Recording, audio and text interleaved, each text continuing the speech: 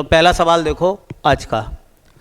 ये कह रहा है कि राज्य विधायिका के निम्न सदन को क्या कहा जाता है। ऑप्शन आ रहा है राज्यसभा, लोकसभा, विधानसभा, या कह रहे हैं विधान परिषद। अब ये जो है देखो, ये लिखा गया है राज्य की विधायिका।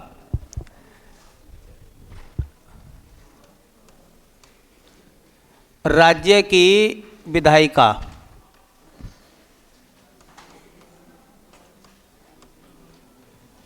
देखो, विधायिका को हम व्यवस्थापिका भी कहते हैं। क्या कहते हैं?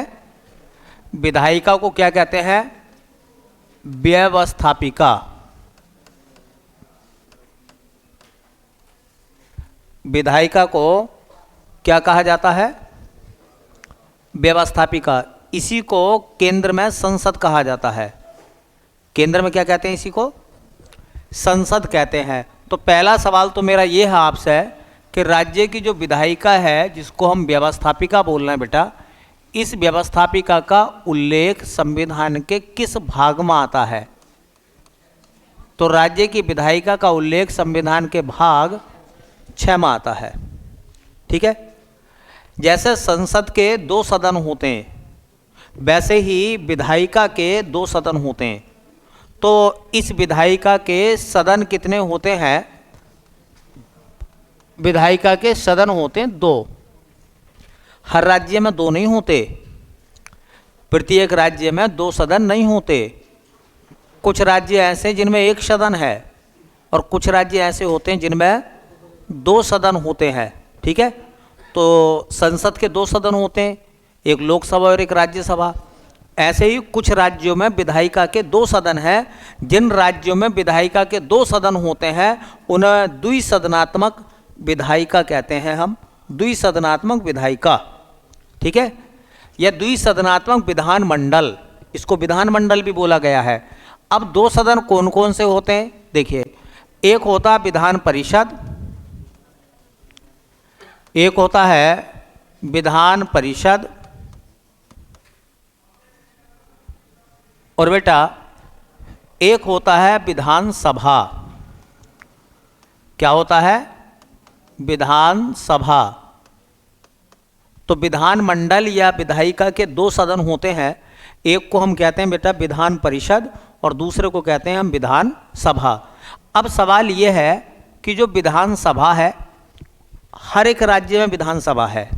भारत में 28 राज्य है, प्रत्येक राज्य में विधानसभा है, लेकिन प्रत्येक राज्य में विधान परिषद नहीं है। कुछ राज्य ऐसे हैं जिनमें विधान परिषद है और कुछ राज्य ऐसे जिनमें विधान परिषद नहीं है। अब सवाल ये है कि जो विधान परिषद है, जिसको हम लेजिस्लेटिव काउंसिल बोलते हैं, ये उच्च सदन है। ये क्या है? ये उच्च सदन है। ये उच्च सदन है। अगर ये उच्च सदन है तो फिर विधानसभा कैसा सदन होगा? तो हम कह सकते हैं ये निम्न सदन है। ये निम्न सदन है। तो विधानसभा निम्न सदन है और विधान परिषद उच्च सदन है। जैसे राज्यसभा उच्च सदन होता है और लोकसभा निम्न सदन होता है। ठीक है। अब सवाल दूसरा ये निकलता है बेटा कि देखो, ये जो विधान परिषद है उच्च सदन है, क्या ये कभी भंग हो सकती है? विधान परिषद कभी भंग हो सकती है? कभी भंग नहीं होती। तो ये कभी भंग नहीं होती। ये कभी भी भंग नहीं होती। कभी भी भंग नहीं होती है। इसका मतलब हर दूसरे साल इसके 1/3 सदस्य रिटायर होते रहते हैं और उतने ही सदस्य आते रहते हैं, नियुक्त होते रहते हैं, है ना। मतलब इतने ही सदस्य चुनाव जीत के शामिल होते रहते हैं, चुने जाते हैं। मतलब ये विधानसभा जो है वो एक निम्न सदन है और इसे राज्यपाल कभी भी भंग कर सकता है। इसे राज्यपाल कभी भी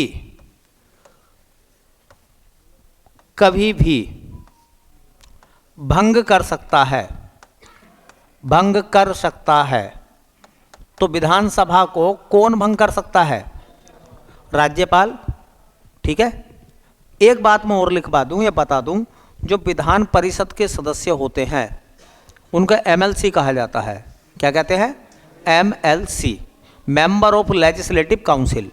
और जितने भी विधानसभा के सदस्य होते हैं उन दोनों को हम उनको हम एमएलए कहते हैं, मेंबर ऑफ लेजिस्लेटिव असेंबली। लेकिन हिंदी में दोनों को विधायक कहते हैं। विधानसभा वाले भी विधायक होते हैं और विधान परिषद वाले भी विधायक होते हैं। ठीक है, तो हिंदी में दोनों को विधायक ही कहते हैं, लेकिन शॉर्टकट में अंग्रेजी में एक को एमएलसी कहते हैं और एक को एमएलए कहते हैं हम। ठीक है, तो हिंदी में इनको भी विधायक बोलेंगे, इनको भी विधायक बोलेंगे। ठीक है, तो ये भी विधायक हैं। इसके सदस्य क्या कहलाते हैं? विधायक। विधायक मतलब ये कहलाएंगे एमएलसी। एमएलसी विधायक हैं ये, है ना। और इसके जो सदस्य होते हैं उनको भी क्या कहते हैं हिंदी में हम? विधायक। और ये जो विधायक होते हैं इनको हम एमएलए कहते हैं, मेंबर ऑफ लेजिस्लेटिव असेंबली और मेंबर ऑफ लेजिस्लेटिव काउंसिल। सभी राज्यों में विधान परिषद नहीं है, लेकिन सब राज्यों में विधानसभा है। ठीक है, तो इतनी बातें आप जान लीजिए, ये थोड़ा सा आपको काम में आएगा। विधान परिषद और विधानसभा स्टेट में होते हैं, जबकि केंद्र में लोकसभा और राज्यसभा होते हैं। ठीक है, अगला सवाल देखो। अगले सवाल में कह रहे हैं बेटा कि ईस्ट और हाइड्रोजन पराक्साइड बनाते हैं। ईस्ट और हाइड्रोजन पराक्साइड क्या बनाते हैं? ऑक्सीजन मोनोऑक्साइड बनाते हैं, ऑक्सीजन बनाते हैं, या कार्बन डाइऑक्साइड बनाते हैं। ठीक है, तो या कार्बन बनाते हैं। तो देखिए, हाइड्रोजन पराक्साइड हो या ईस्ट हो, ये दोनों मिलने के बाद में ऑक्सीजन का निर्माण करते हैं। ये ऑक्सीजन है, ऑक्सीजन का निर्माण करते हैं, दोनों ऑक्सीजन बनाते हैं। ठीक है, हाइड्रोजन पराक्साइड के बारे में आपने बहुत सारी बातें सुनी भी होंगी, है ना। हाँ, रंगों में उसका इस्तेमाल होता है, जो लिखे हुए को साफ दिखाने के लिए। ठीक है, दो बातें मैं ईस्ट के बारे में लिखवाऊंगा जो कि एग्जाम में पूछ लेते हैं। ईस्ट, देखो, ईस्ट को हम कहते हैं खमीर। ईस्ट को क्या कहते हैं? खमीर कहते हैं। एक तो याद रखो, ईस्ट और खमीर दोनों एक ही हैं। ईस्ट में कौन सा एंजाइम होता है? ईस्ट में पाया जाने वाले एंजाइम का नाम क्या है? तो ईस्ट में जो एंजाइम पाया जाता है उसको इन्वर्टेज कहते हैं। क्या कहते हैं? इन्वर्टेज।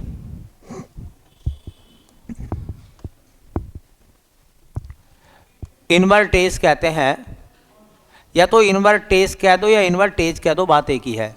तो ये सवाल कई बार एग्जाम में पूछा गया है कि ईस्ट में कौन सा एंजाइम पाया जाता है, बोलो। एक और देखें, देखिए, ईस्ट का उपयोग कहाँ होता है? तो ईस्ट का उपयोग होता है खास तौर से जलेबी में। खमीर उठाते हैं ना, जलेबी बनाने से पहले खमीर उठाया जाता है, तो जलेबी बनाते समय ईस्ट का इस्तेमाल होता है। लेकिन इससे बड़ा सवाल जो पूछा गया है कई बार एग्जामों में, वो कहते हैं कि देखिए, जो ब्रेड है, ब्रेड है ना, हाँ, तो ब्रेड जो है, ब्रेड को मुलायम व स्पंज युक्त बनाने के लिए,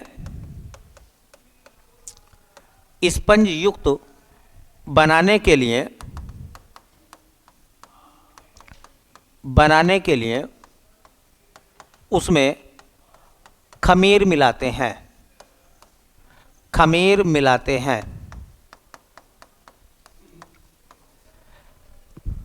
फर्मेंटेशन की क्रिया है, खमीर किण्वन की क्रिया पर आधारित विधि के द्वारा वो काम करता है।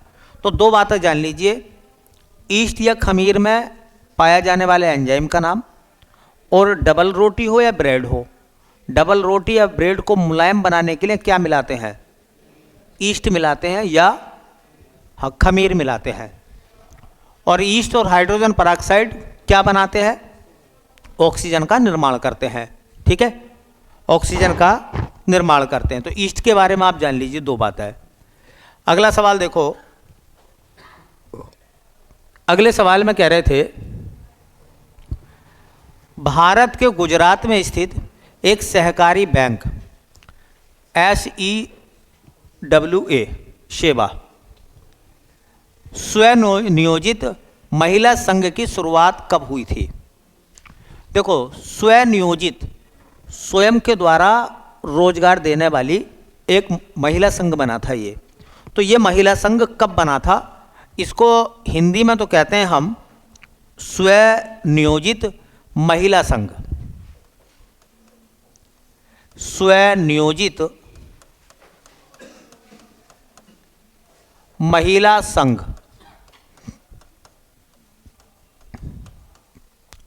और इसी को अंग्रेजी में कहा जाता है शेबा, SEWA। एस से बनता है सेल्फ, मतलब स्वयं।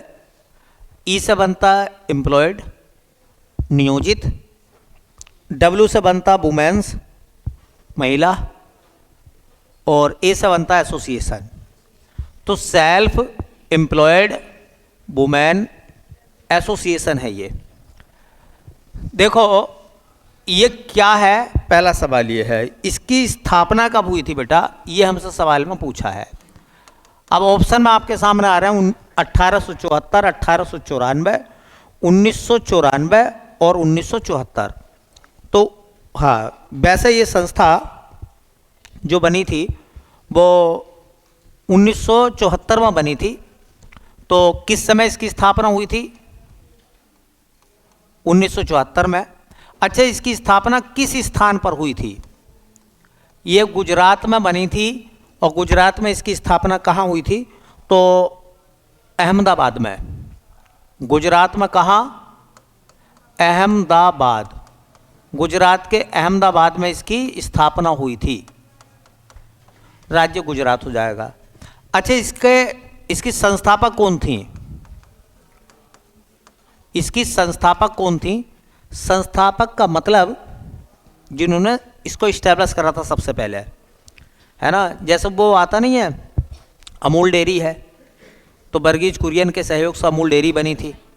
तो वैसे ही हाँ, सेवा जो एक संघ बनाया गया था वो किसके सहयोग से बनाया गया था? तो उनका नाम था इला भट्ट।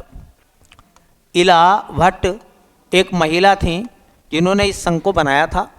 और ये एक सहकारी बैंक है, बैंक की तरह काम करता है। तो ये भी कह सकते हैं यह एक सहकारी बैंक है। और इसमें क्या चीज़ें शामिल की गई थी? हाँ, एक ऐसा महिलाओं का संघ जिसने महिलाओं को रोजगार प्रदान करने का काम करा। ऐसा एक संघ जिसके द्वारा महिलाओं को रोजगार उपलब्ध कराया गया, उसको नाम दिया गया स्वयं नियोजित महिला संघ। 1974 में बना था, गुजरात के अहमदाबाद में बना था। इला भट्ट ने उसको बनाया था। और ये एक सहकारी बैंक की तरह काम करता है। ठीक है, इतनी बात आप जान लीजिए। पेपर में ऐसे सवाल जब चर्चा में आते हैं तो वो पूछ लिए जाते हैं। अगला सवाल देखो, नवंबर 2022 में भारत सरकार के किस केंद्रीय मंत्री ने इंडिया केम 2022 का उद्घाटन किया? ये इंडिया केम है, CHEM। केम मतलब केमिकल वाला, पेट्रो रसायन वाला। जैसे वो आया था ना इंडिया टेक्नोलॉजी का, ये केम है तो केमिकल्स का। तो इंडिया केम का जो है आयोजन हुआ है 2022 में। तो हमसे ये मालूम कर रहे थे कि किस मंत्री ने, किस केंद्रीय मंत्री ने उसका उद्घाटन करा था, मतलब शुरुआत करी थी। ऑप्शन आ रहे हैं, हाँ, राजीव चंद्रशेखर। दूसरा ऑप्शन है राजनाथ सिंह, मनसुख मांडविया और किरण रिजिजू। तो मनसुख मांडविया जो है उन्होंने इसका उद्घाटन करा था। उस समय का करंट का सवाल है, इंडिया केम के नाम से है। तो इंडिया केम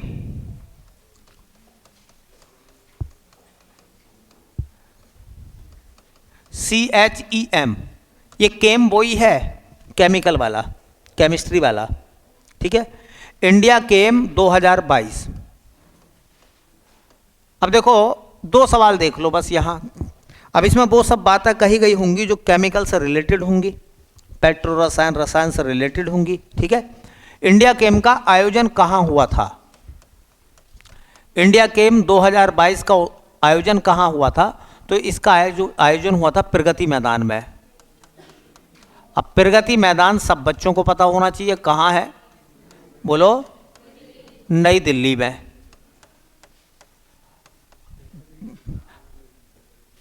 अब ना पुराना सवाल है, एक आध बात लिख के ख़त्म करेंगे।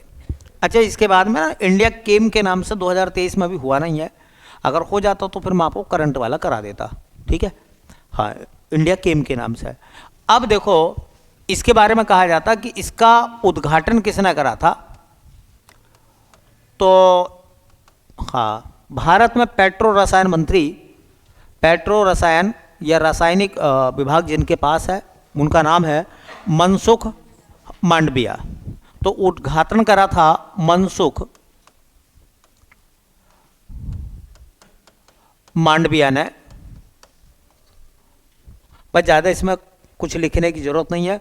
इंडिया टेक आया था, इंडिया टेक टेक्नोलॉजी का था, नई नई प्रौद्योगिकी का था। ये इंडिया केम है, केमिकल से संबंधित। देखो अगला सवाल ये कह रहा है कि हड़प्पा सभ्यता स्थल लोथल स्थित है। सब बच्चों को पता है लोथल कहाँ है, तो गुजरात में, पंजाब में, राजस्थान में या सिंध में। तो देखो ये लोथल जो है, लोथल जिस राज्य में है, तो राज्य का नाम गुजरात। अच्छा, लोथल किस नदी के किनारे पर था? तो भोगवा नदी, भोगवा नदी के किनारे पर था। अच्छा, किस सभ्यता का स्थल है? बोलो, हड़प्पा सभ्यता। हड़प्पा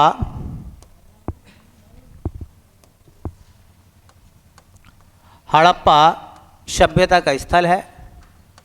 एक बात और, यहाँ खास तरीके से एक शब्द आपको मेंशन करना है, यहाँ गोदीबाड़ा पाया गया था। ये एक व्यापारिक स्थल था। गोदीबाड़ा मीन्स बंदरगाह, ठीक है। तो यहाँ क्या क्या साक्ष्य मिले? देखो, एक तो ये साक्ष्य मिला कि ये व्यापारिक नगर था, व्यापारिक नगर। अब क्यों व्यापारिक नगर कह रहे हैं? यहाँ दूसरी सभ्यताओं के भी बहुत सारी मोहरें मिली हैं। तो अलग अलग सभ्यताओं की मोहरें मिल रही हैं, इसका मतलब ये है कि और अलग अलग जगह से इनका व्यापार चलता था। और दूसरा मैंने बताया कि यहाँ पर पाया गया था गोदीबाड़ा। गोदीबाड़ा, गोदीबाड़ा किसको कहते हैं भैया? बंदरगाह को। गोदीबाड़ा किसको कहा गया? बंदरगाह को। तो लोथल में बंदरगाह भी मिला। लोथल में, लोथल एक व्यापारिक नगर था, ठीक है, हड़प्पा सभ्यता का था, गुजरात के, हाँ, गुजरात में भोगवा नदी के किनारे पर बसा था ये लोथल। सिंधु घाटी की सभ्यता का सबसे पूर्वी स्थल कौन सा था? सिंधु घाटी की सभ्यता का सबसे पूर्वी स्थल आलमगीरपुर है ना, उत्तर प्रदेश, मेरठ। सिंधु सभ्यता का सबसे पश्चिमी स्थल सुतका गेंडोर, पाकिस्तान में, दास्क नदी के किनारे पर। सिंधु घाटी का सबसे उत्तरी स्थल मांडा, जम्मू कश्मीर में, चिनाब नदी के किनारे पर।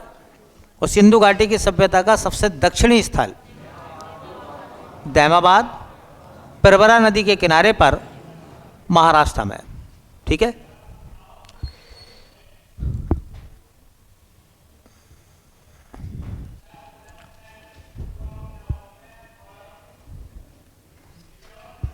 चलिए भैया, देखो लिखा हुआ है, ये कह रहा है कि नवंबर 2022 तक की स्थिति के अनुसार भारत में केंद्रीय कानून मंत्री कौन है? अब ये सुनो सुनो, अब आपको 23 के हिसाब से चलना पड़ेगा ना। आप 22 के हिसाब से क्यों चलेंगे? अब 23 के हिसाब से चलेंगे। इनने तो ये कह दिया कि नवंबर 2022 तक कौन केंद्रीय कानून मंत्री रहा था। इसका मतलब चेंज हुए थे ना बात बीच में।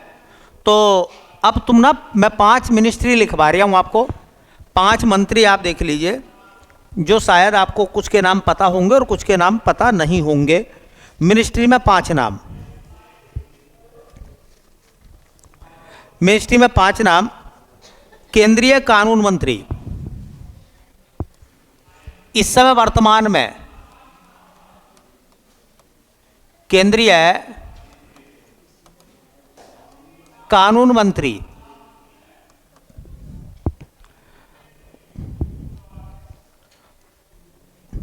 अर्जुन राम मेघवाल।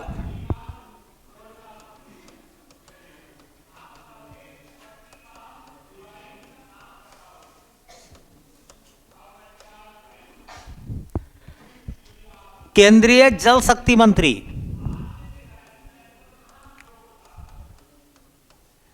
केंद्रीय जल शक्ति मंत्री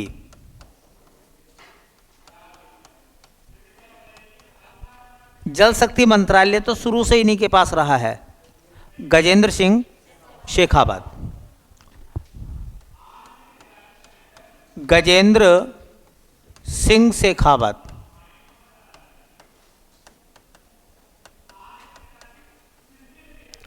अच्छा, ग्रामीण विकास एवं पंचायती राज मंत्री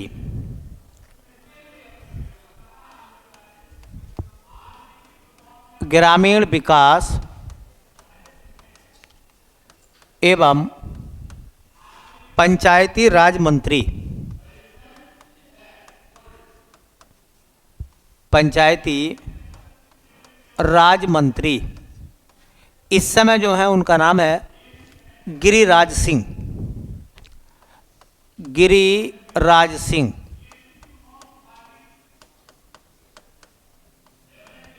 अच्छा, शिक्षा मंत्री कौन है इस समय? शिक्षा मंत्री केंद्रीय की बात कर रहे हैं हम, स्टेट में नहीं, केंद्र में। तो धर्मेंद्र प्रधान। धर्मेंद्र प्रधान। महिला एवं बाल विकास मंत्री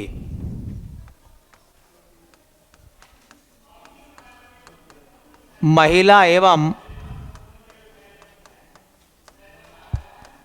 बाल विकास मंत्री कौन है? स्मृति ईरानी।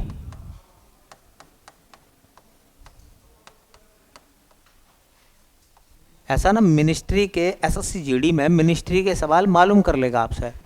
अब क्या होता है ना, जैसे बड़े नाम है, जैसा कोई पूछेगा वित्त मंत्री, तो कौन है इस समय वित्त मंत्री? बोलो, निर्मला सीतारमण। चूंकि उन्हें सब जानते हैं इसलिए वो नाम पेपर वाला नहीं देगा। अच्छा, दूसरा गृह मंत्री अमित शाह, सब जानते हैं उन्हें भी, तो ये नाम भी नहीं देगा, है ना।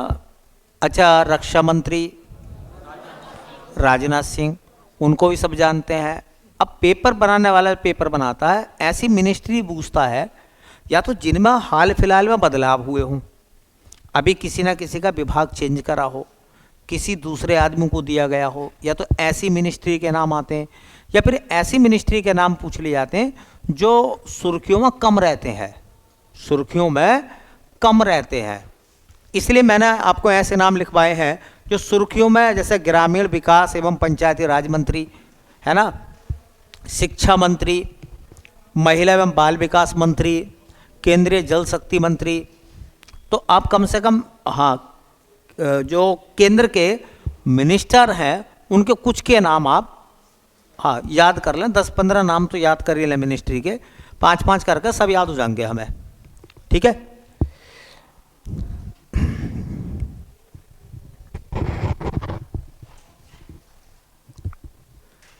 चलिए देखो, अगला सवाल कह रहे हैं कि 5 दिवसीय 5 दिन तक चलने वाला गंगा महोत्सव उत्तर प्रदेश के किस शहर में मनाया जाता है? तो सब जानते हैं कि गंगा महोत्सव कहाँ का फेमस है। अब देखो, कोई तुक्का भी लगाए तो गंगा महोत्सव वहाँ मनाया जाएगा जहाँ से गंगा जाएगी। अब गंगा नोएडा से जाती है? नहीं जाती भाई। हाँ, लखनऊ से है, ठीक है, उसके बाद में वाराणसी से या फिर कानपुर से, तो कानपुर बनारस। अब जहाँ कल्चर की बात है तो हमारी सांस्कृतिक राजधानी बनारस है, यूपी की। इसलिए अगर कोई आदमी लॉजिक भी लगाता तो भी इसका आंसर लगा सकता था, ठीक है।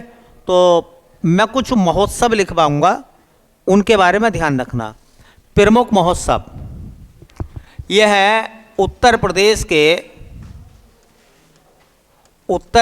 के प्रमुख महोत्सव। देखो, ये सवाल, ऐसा सवाल उत्तर प्रदेश पुलिस में भी आ सकता भाई, ऐसा सवाल उत्तर प्रदेश पुलिस में भी आ सकता, क्योंकि ये स्पेशल यूपी का हिस्सा है, ठीक है। तो पुलिस में भी ये सवाल मिल सकता है। देखिए, एक नाम है महोत्सव में, ये तो हो गए महोत्सव। पहला नाम आता है, हाँ, कजली महोत्सव। कहीं कहीं कजली मिलता है, कहीं कहीं कजरी मिलता है। कजली महोत्सव का आयोजन होता है उत्तर प्रदेश के महोबा में। कहाँ होता भैया? उत्तर प्रदेश के महोबा में। एक नाम आता है ताज महोत्सव। अब इसके नाम से पता चल गया होगा आपको, ताज महोत्सव कहाँ होगा? आगरा में। एक सवाल ये खूब आता था पहले, सुलह कुल महोत्सव। सुलह कुल महोत्सव, सुलह कुल महोत्सव जो है, इसे अकबर ने शुरू करा था। ये भी सवाल आता है कि सुलह कुल महोत्सव को किसने शुरू करा था? अकबर ने। हिंदू मुस्लिम एकता का प्रतीक सुलह कुल महोत्सव कहाँ मनाया जाता है? तो ये भी कहाँ का बेटा? आगरा का। अच्छा, इसे शुरू किसने किया था? तो शुरू किया था अकबर ने, और इसे कहते हैं हिंदू मुस्लिम एकता का प्रतीक। हिंदू मुस्लिम एकता का प्रतीक सुलह कुल महोत्सव किसने शुरू किया था? तो अकबर ने। एक ऐसी फेस्टिवल आता है आपके सामने, उसका नाम है, हाँ, काम्पिल महोत्सव।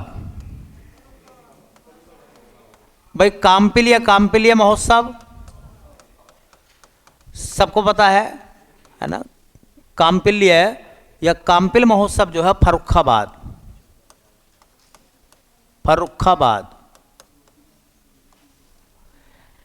एक नाम आता है सैफई महोत्सव।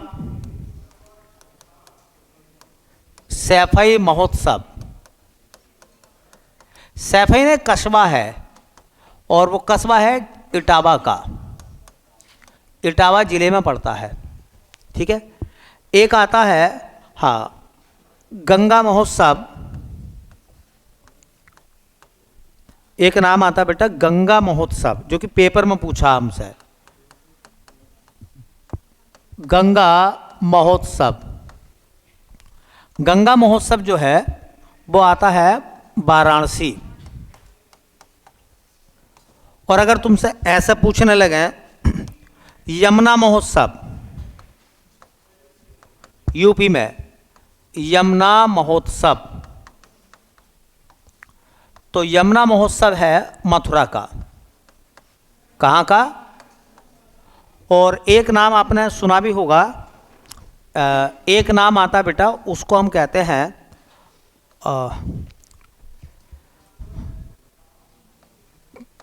कल्की महोत्सव। कल्की महोत्सव, कल्की महोत्सव का आयोजन होता है संभल में। ये यूपी पुलिस के हिसाब से भी देख लो, ये सवाल ऐसे बन जाते हैं संभल में। और हाँ, एक नाम आता है मगहर महोत्सव। मगहर महोत्सव, मगहर महोत्सव, मगहर महोत्सव ये वो जगह है जहाँ अपने जीवन का अंतिम समय बिताया था कबीर ने। संत कबीर नगर, संत कबीर नगर जिले में हर साल मनाया जाता है मगहर महोत्सव। तो गंगा महोत्सव वाराणसी, यमुना महोत्सव मथुरा, ताज महोत्सव आगरा, सुलहकुल आगरा, कल्की संभल, कजली महोबा, बोलो मगहर संत कबीर नगर, और हाँ और देखो कामपिल्य है फर्रुखाबाद, ठीक है, कामपिल्य है फर्रुखाबाद। तो ऐसे फेस्टिवल आ जाते हैं, कल्चर का हिस्सा भी है, और ये यूपी पुलिस में भी आपको काम देगा, ठीक है। अगला सवाल क्या कह रहे हैं, कोशिका किसकी जीव का डोट डोट जीवित भाग होता है? कोशिका, हाँ ये वैसा कायदे में ये होना चाहिए, कोशिका, हाँ, या किस जीव का डोट डोट जीवित भाग होता है? सबसे बारीक, सबसे छोटा, सबसे पतला, सबसे लंबा। तो जीव का सबसे छोटा भाग, सबसे छोटा जीवित भाग क्या होता है? कोशिका होता है। कोशिका के बारे में 2 या 3 बातें जान लो बस आप। सेल के बारे में देखो, आपने सुना होगा कोशिका, देखो कोशिका को अंग्रेजी में सेल कहते हैं।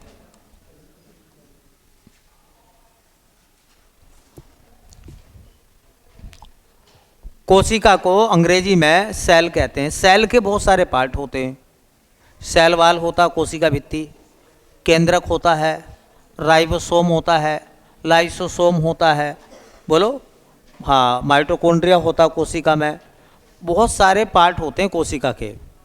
देखो कोशिका के बारे में पहली बात अच्छा सवाल है ये, कोशिका की खोज किसने की थी? रॉबर्ट हुक, रॉबर्ट हुक ने कोशिका की खोज करी थी। अब सुनो, कोशिका की खोज जो रॉबर्ट हुक ने की थी वो हाँ बोतल की कार्क से करी थी।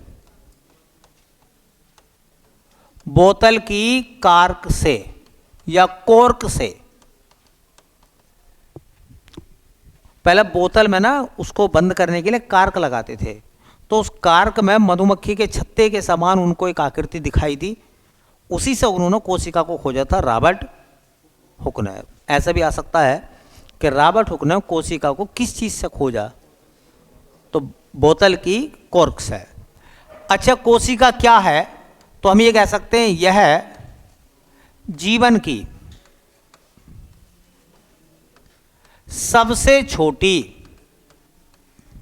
यह जीवन की सबसे छोटी संरचनात्मक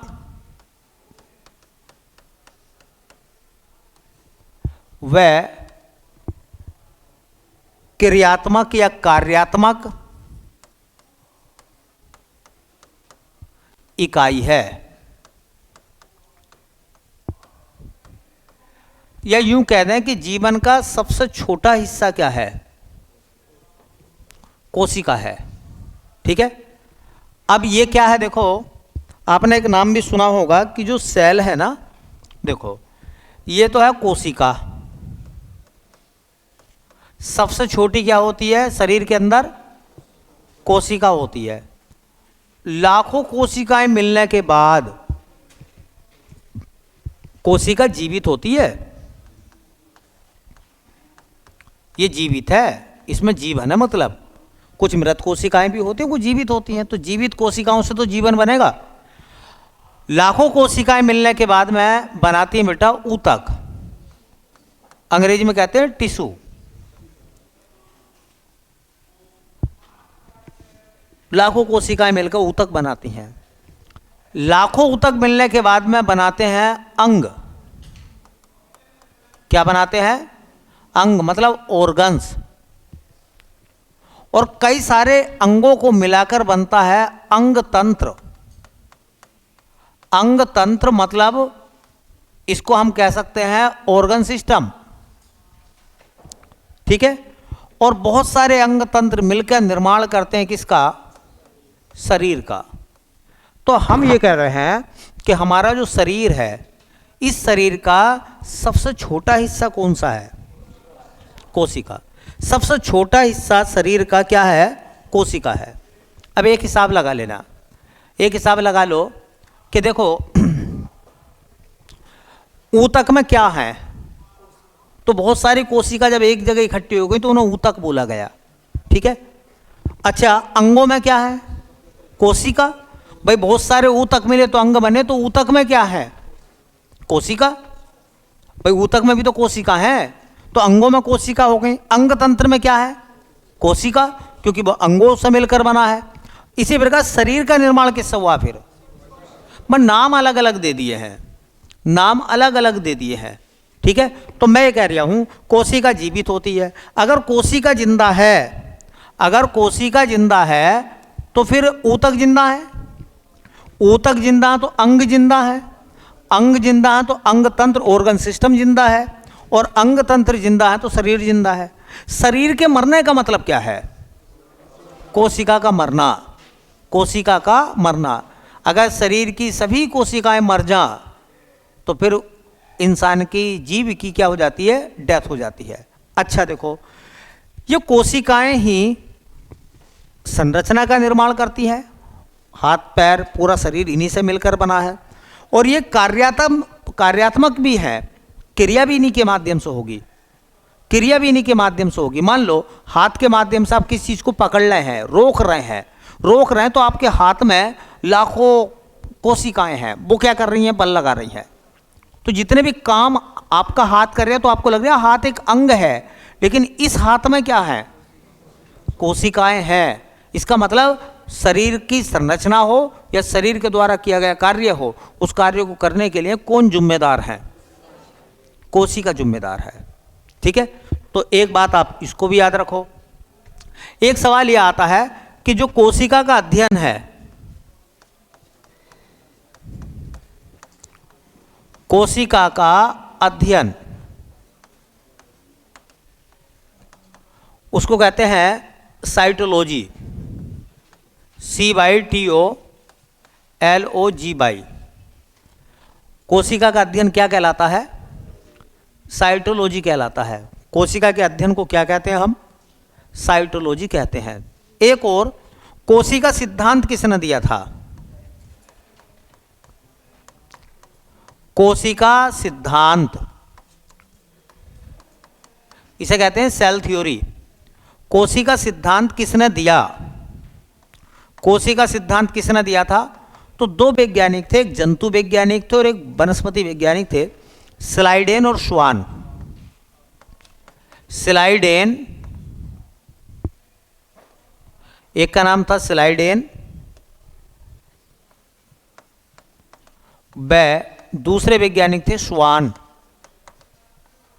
स्लाइडेन और श्वान ने मिलकर क्या दिया? कोशिका सिद्धांत दिया। एक सवाल और याद रखना, चूंकि सेल की बात चल रही है तो मैं आपको दो एक बातों और बता दूं। देखो एक सवाल होता है, सबसे लंबी कोशिका,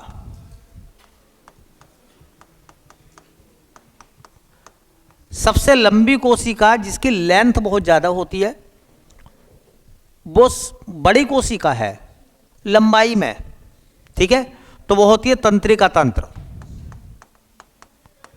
तंत्रिका तंत्र हमारी बॉडी का जो नर्वस सिस्टम है, उसकी जो कोशिकाएं हैं वो सबसे लंबी कोशिकाएं मानी जाती हैं। सबसे लंबी कोशिका तंत्रिका तंत्र की कोशिका, ठीक है।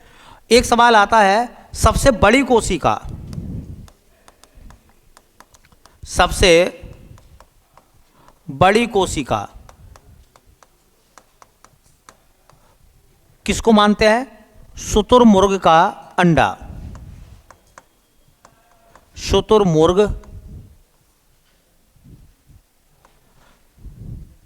शुतुरमुर्ग का अंडा,